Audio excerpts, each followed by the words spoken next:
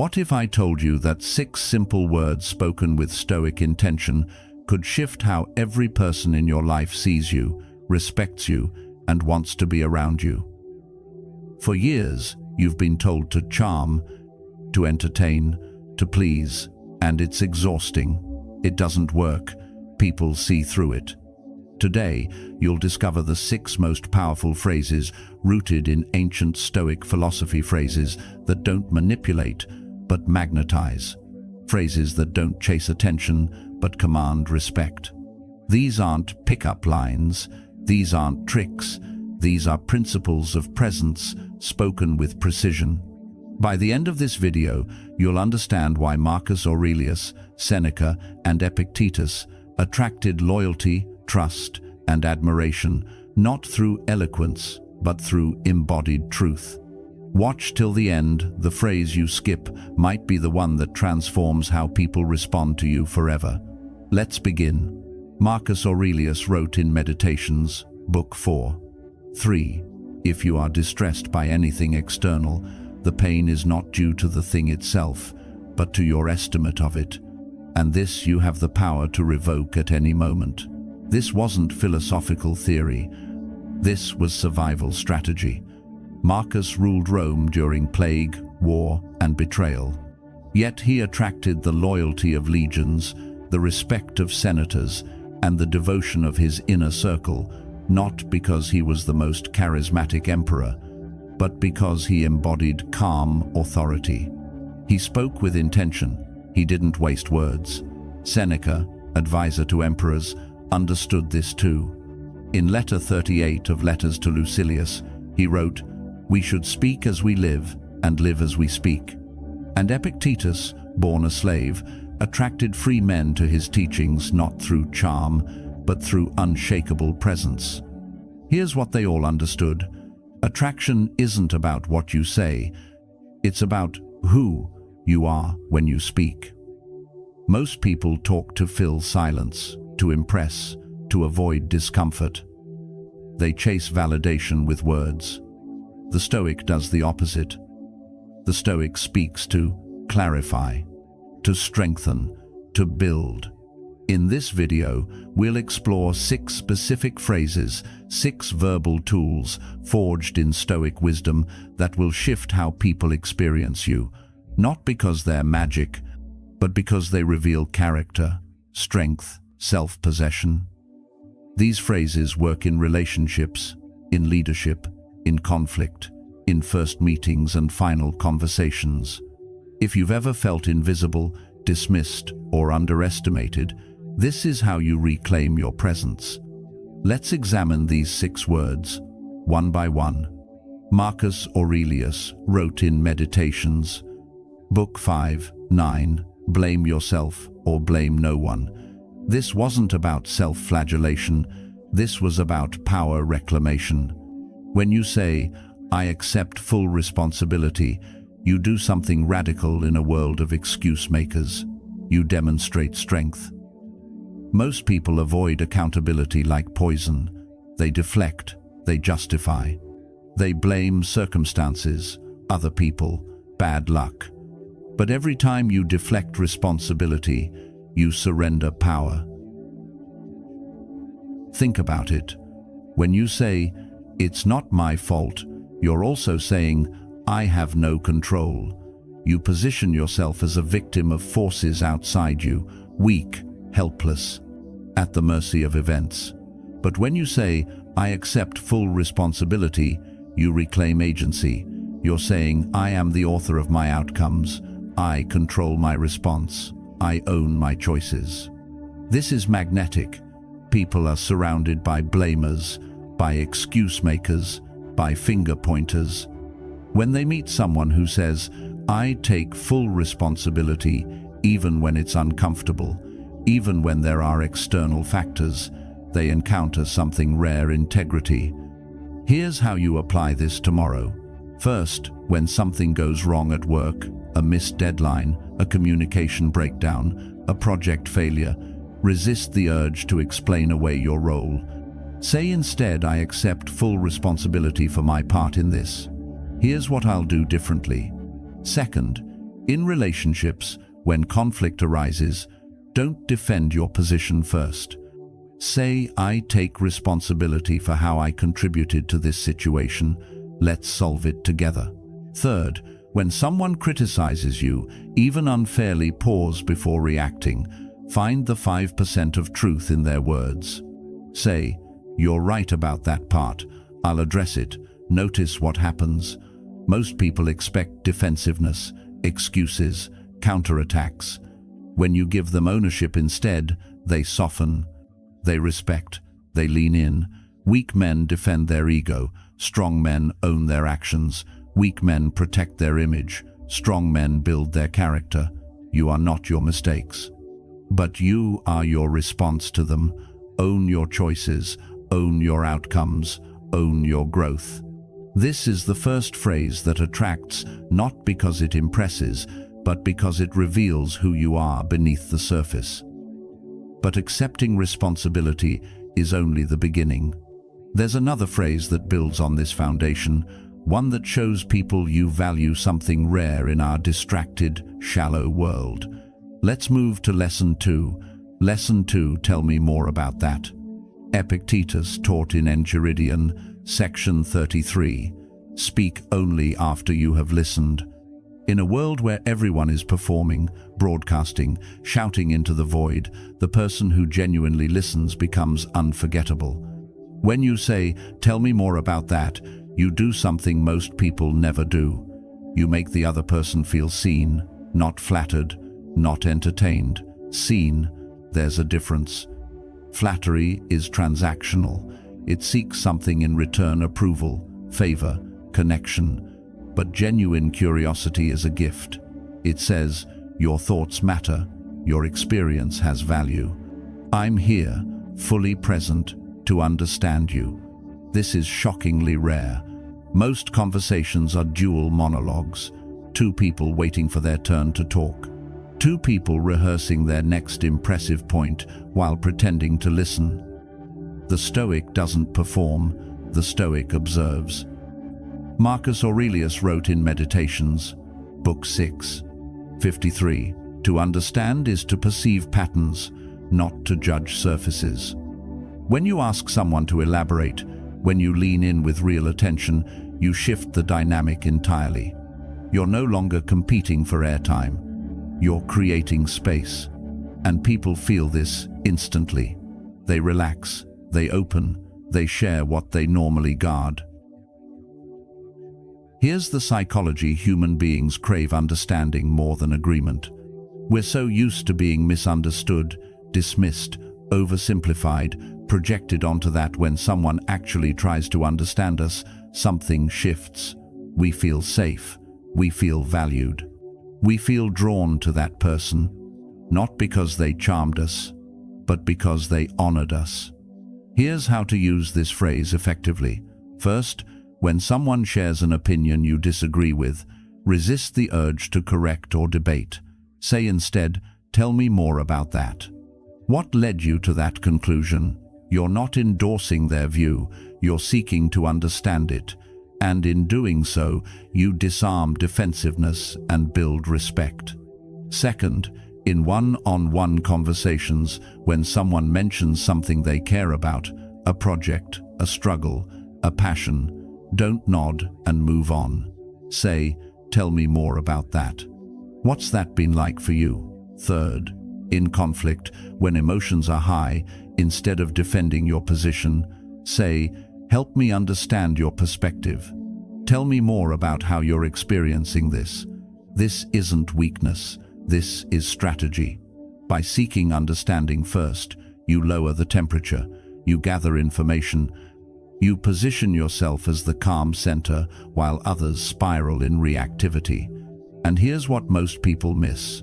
When you truly listen, you don't need to impress. Your presence becomes impressive. Weak people dominate conversations. Strong people create space for truth. Weak people talk to be heard. Strong people listen to understand. You don't need to be the most interesting person in the room. You need to be the most present. This is the second phrase that attracts, not because it flatters, but because it respects. But curiosity alone isn't enough. There's a third phrase that shows people you're not just present, you're grounded. Let's move to Lesson 3. Lesson 3, I don't know yet. Seneca wrote in Letters to Lucilius, Letter 28, "It is not the man who knows much, but the man who knows himself, who is wise." In a culture that punishes uncertainty, admitting I don't know feels like weakness. We're taught to have answers, to project confidence, to never reveal gaps in knowledge, so we bluff. We fake it. We speak with false certainty about things we barely understand, and people sense it. They smell the insecurity beneath the performance. But when you say, "I don't know yet," you do something powerful. You reveal self-possession. You're saying, "I'm secure enough to admit my limitations. I don't need to pretend. I'm still learning." This is the mark of a secure mind. Insecure people pretend to know everything. Secure people admit what they're still figuring out. Think about the people you respect most. The mentors, the leaders, the friends whose advice you actually trust.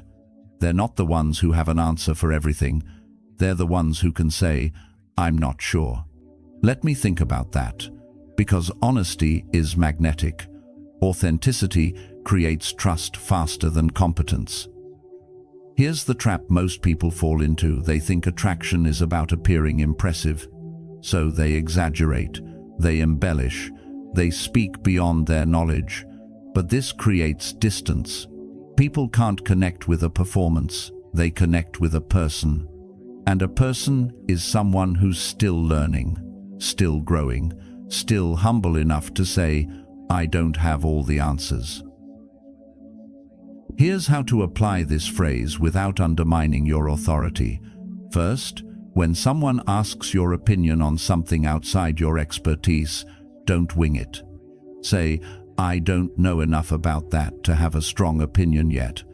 But here's what I'd want to understand first." Notice the structure: honesty plus curiosity. You admit your limitation, but you show you're thinking critically. Second, in professional settings, when pressured for an immediate answer, resist the urge to guess.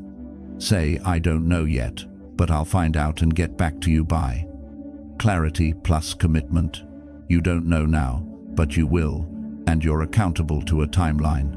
Third, in personal conversations, when someone asks for advice about a situation you haven't experienced, don't pretend. Say, "I don't know what I'd do in your position yet. Tell me more so I can understand it better." You're combining Lesson 2 and Lesson 3, curiosity plus humility.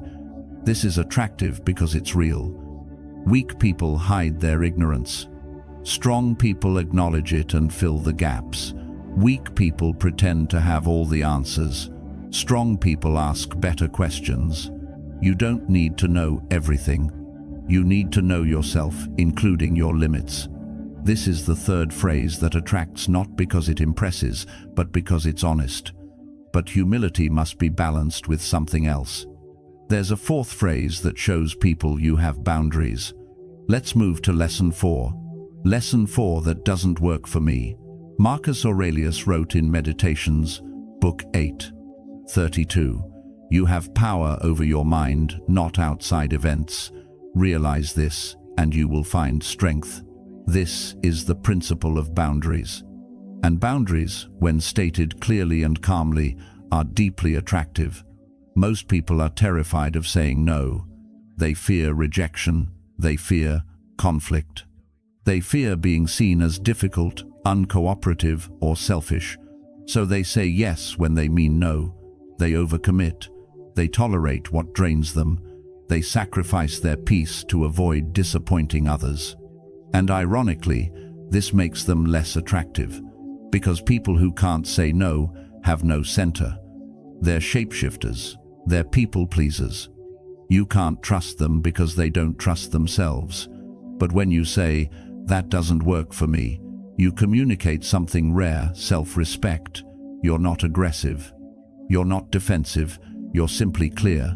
"That doesn't work for me." Not "I can't." Sounds weak, powerless. Not "I'm too busy" sounds like an excuse. Not "maybe another time" sounds wishy-washy. That doesn't work for me. Clean, direct, final. This phrase doesn't need justification. It doesn't need apology. It stands alone. And when you use it calmly, without guilt, people respect you more, not less.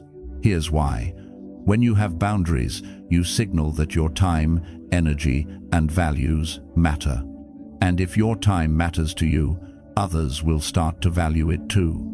But if you treat your own time as disposable, why would anyone else treat it differently? Pause. Here's how to use this phrase without being an asshole. First, when someone invites you to an event, commitment, or project that doesn't align with your priorities, don't make excuses. Say, "Thanks for thinking of me, but that doesn't work for me right now." No elaborate explanation. No fake excuse, just clarity.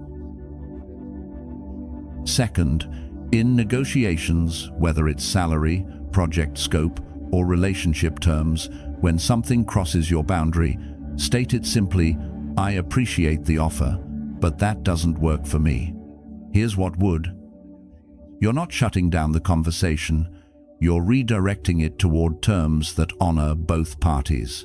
Third, in social situations, when someone suggests an activity you don't enjoy, don't go along to be nice. Say, "That's not really my thing, but I'd love to alternative activity instead." You're declining one option while proposing another. This shows you value connection, but on terms that work for both of you. Now, here's the critical piece most people miss. Boundaries only work if you enforce them calmly. If you say "that doesn't work for me" with anger, defensiveness, or guilt, you undermine the power of the phrase. But if you say it with stoic calm, like you're stating a fact, not waging a war, it becomes undeniable. Weak people say yes out of fear. Strong people say no out of self-respect. Weak people bend to every request. Strong people protect their center. You cannot attract healthy relationships if you don't have boundaries. You'll only attract people who drain you, use you, and discard you when you're empty. But when you honor yourself, you attract others who honor themselves. And those relationships built on mutual respect, not mutual need, are the only ones worth having. This is the fourth phrase that attracts not because it rejects people, but because it respects yourself. But boundaries must be paired with something else. There's a fifth phrase that shows people you're not just strong, you're present in the moment. Let's move to Lesson 5. Lesson 5. I'm listening. Keep going. Epictetus taught in Enchiridion, Section 1. We have 2 ears and 1 mouth so that we can listen twice as much as we speak. You've already learned to say, "Tell me more about that." Now we go deeper. I'm listening. Keep going. This phrase is for moments when someone hesitates. When they start to share something vulnerable, then pull back. When they test whether you're truly present or just waiting for your turn to talk. In those moments, most people rush to fill the silence. They offer advice. They share a similar story. They redirect the conversation back to themselves. This breaks the connection. But when you say, "I'm listening," keep going, you do something powerful. You hold space. You're not fixing. You're not solving. You're not performing empathy. You're simply there. And that presence, that willingness to sit with someone's truth without rushing to comfort, correct, or one-up them, is magnetic. Seneca wrote in Letters to Lucilius, Letter 7, "Conversation has more in common with communion than performance." Communion, not performance. Most people treat conversations like tennis matches. They're waiting for the ball to come back to their side so they can hit a winning shot. But real connection isn't competitive. It's collaborative. It's 2 people building understanding together. And the person who can hold space, who can resist the urge to interrupt, advise, or redirect, becomes the person others seek out when they need to be heard, not because you have answers, but because you have presence. Here's how to use this phrase effectively. First, when someone is sharing something difficult, grief, fear, confusion, and they pause mid-sentence, don't rush to fill the gap. Let the silence sit for 2 seconds. Then say, "I'm listening." Keep going. You're giving them permission to go deeper, to trust that you can handle whatever they're about to say. Second, when someone says, "Never mind, it's not important," don't let them dismiss themselves. Say, "I'm listening. It's important to me." Keep going. You're communicating. Your thoughts matter. Your feelings are valid. I'm not going anywhere. Third, when you're in a conversation and your phone buzzes, your mind wanders, or you feel the urge to interject, pause. Make eye contact. Say, "I'm listening." Keep going. This resets your attention. It signals to the other person, "You have my full presence." Now, here's the paradox. The less you talk, the more magnetic you become. The less you advise, the more people trust your judgment. The less you perform, the more people feel safe around you. Because most people are so starved for genuine attention that when they finally receive it, undiluted, unhurried, unjudging, they remember you forever.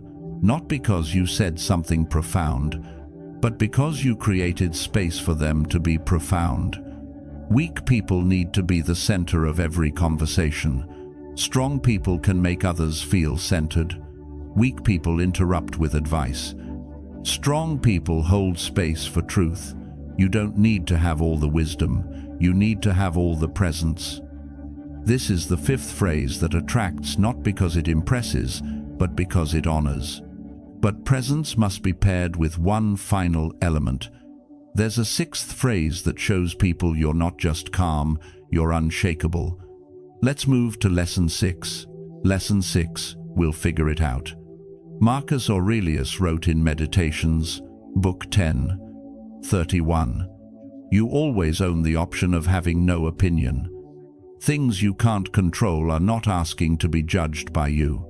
When chaos hits, and it will, most people panic, they spiral, they catastrophize, they project worst-case scenarios, they infect everyone around them with anxiety.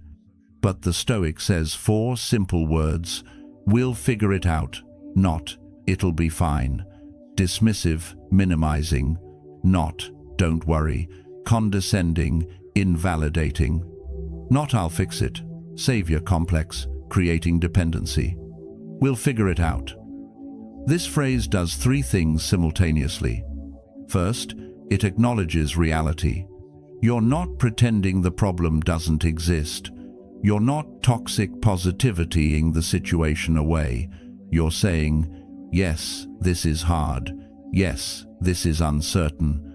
Second, it communicates confidence, not arrogant certainty, but quiet trust in the process, in your ability to adapt, to problem solve, to endure. Third, it invites collaboration. We, not I. You're not the hero swooping in to save the day.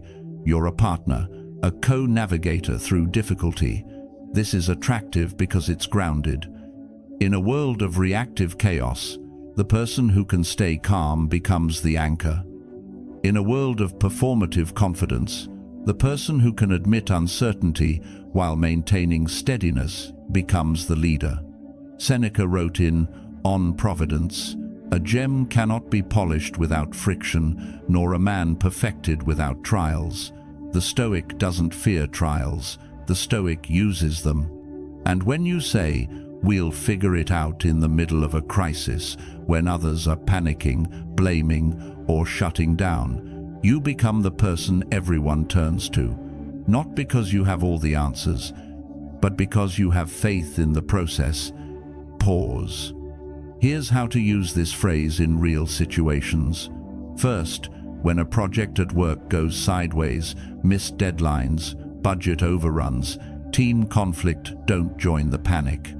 Don't point fingers. Say, "Okay, this is where we are. We'll figure it out. Let's start with what we can control right now." you're redirecting focus from blame to solutions, from paralysis to action. Second, in relationships, when your partner is spiraling about a future fear, money, health, family drama, don't minimize their feelings. Don't offer empty reassurance. Say, "I hear you, this is scary, we'll figure it out together. What's the first step we can take?" You're validating emotion while grounding in action.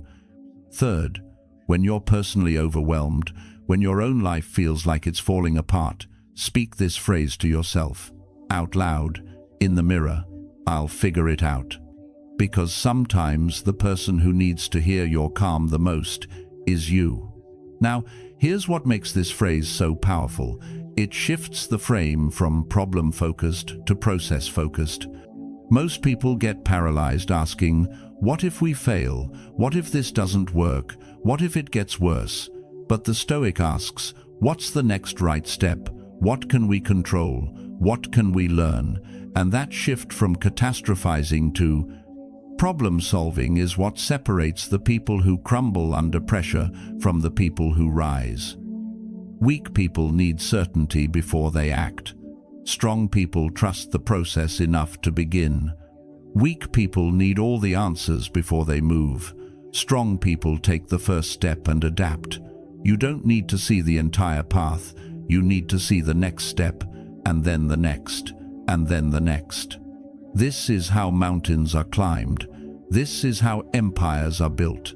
This is how lives are transformed. One step, one choice, one day at a time. We'll figure it out.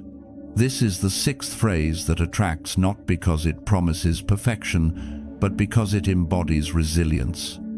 These 6 phrases, when spoken with Stoic intention, when rooted in genuine character, don't manipulate. They magnetize. But there's something you need to understand before we close. These phrases only work if you embody the principles behind them. Let me show you what I mean. Let's bring this together. You've learned 6 phrases rooted in ancient Stoic wisdom. I accept full responsibility, reclaims power through ownership. Tell me more about that. Creates connection through curiosity. I don't know yet. Builds trust through honesty. That doesn't work for me. Commands respect through boundaries. I'm listening. Keep going. Deepens intimacy through presence. We'll figure it out. Inspires confidence through resilience. But here's the truth these 6 phrases reveal. Attraction isn't about what you say. It's about who you are when you speak. You can memorize these phrases. You can deploy them strategically. But if you're saying them from a place of insecurity, manipulation, or performance, people will sense it. They'll sense the gap between your words and your character, because words are just symbols. What people actually respond to is the energy beneath them. The calm beneath, I accept full responsibility. The curiosity beneath, tell me more about that. The humility beneath, I don't know yet. The self-respect beneath, that doesn't work for me. The presence beneath, I'm listening. Keep going. The resilience beneath, we'll figure it out. These aren't scripts. These are reflections of inner work. Marcus Aurelius didn't attract loyalty because he said impressive things. He attracted loyalty because he became the kind of man worth following. Seneca didn't earn respect through eloquence. He earned it through consistency between word and deed. Epictetus didn't gather students through charisma. He gathered them through unshakable inner freedom. So here's your challenge, not for the video, but for your life. Choose one of these 6 phrases, just one. Practice it this week, not as a technique, but as a principle. If you choose, I accept full responsibility, look for one situation where you'd normally deflect and own it instead. If you choose, tell me more about that. Have one conversation where you don't talk about yourself at all. Just listen. Just understand. If you choose I don't know yet, Find one moment where you'd normally fake knowledge and admit your limitation instead. If you choose, that doesn't work for me. Identify one boundary you've been avoiding and state it clearly. If you choose, I'm listening. Keep going. Give someone your undivided attention for 10 minutes. No phone, no agenda, just presence. If you choose, we'll figure it out. Face one problem you've been catastrophizing and take the first small step toward a solution. One phrase, 1 week, one practice, and watch what happens. Watch how people respond differently. Watch how you feel differently. Watch how your relationships shift, not because you manipulated, but because you showed up as someone worth being around. This is Stoicism. This is the path. This is how attraction actually works, not through performance, through presence, not through manipulation, through mastery, not through tricks, through truth. If this resonated with you, if you felt something shift in how you think about connection, tap the like button. That tells me this content matters to you, that it's worth creating more of. Drop your affirmation in the comments. Which of these 6 phrases hit hardest? Which one will you practice this week? And if you're ready for unapologetic Stoic truth every single week, no fluff, no filler, just wisdom that works, subscribe to this channel. New videos every Monday, Wednesday, Friday. This is Stoivana. This is the path. Become the master of your mind. Rebuild your character. Refocus your energy. Rise above the noise. The world is full of performers. Be real instead. The world is full of talkers. Be present instead.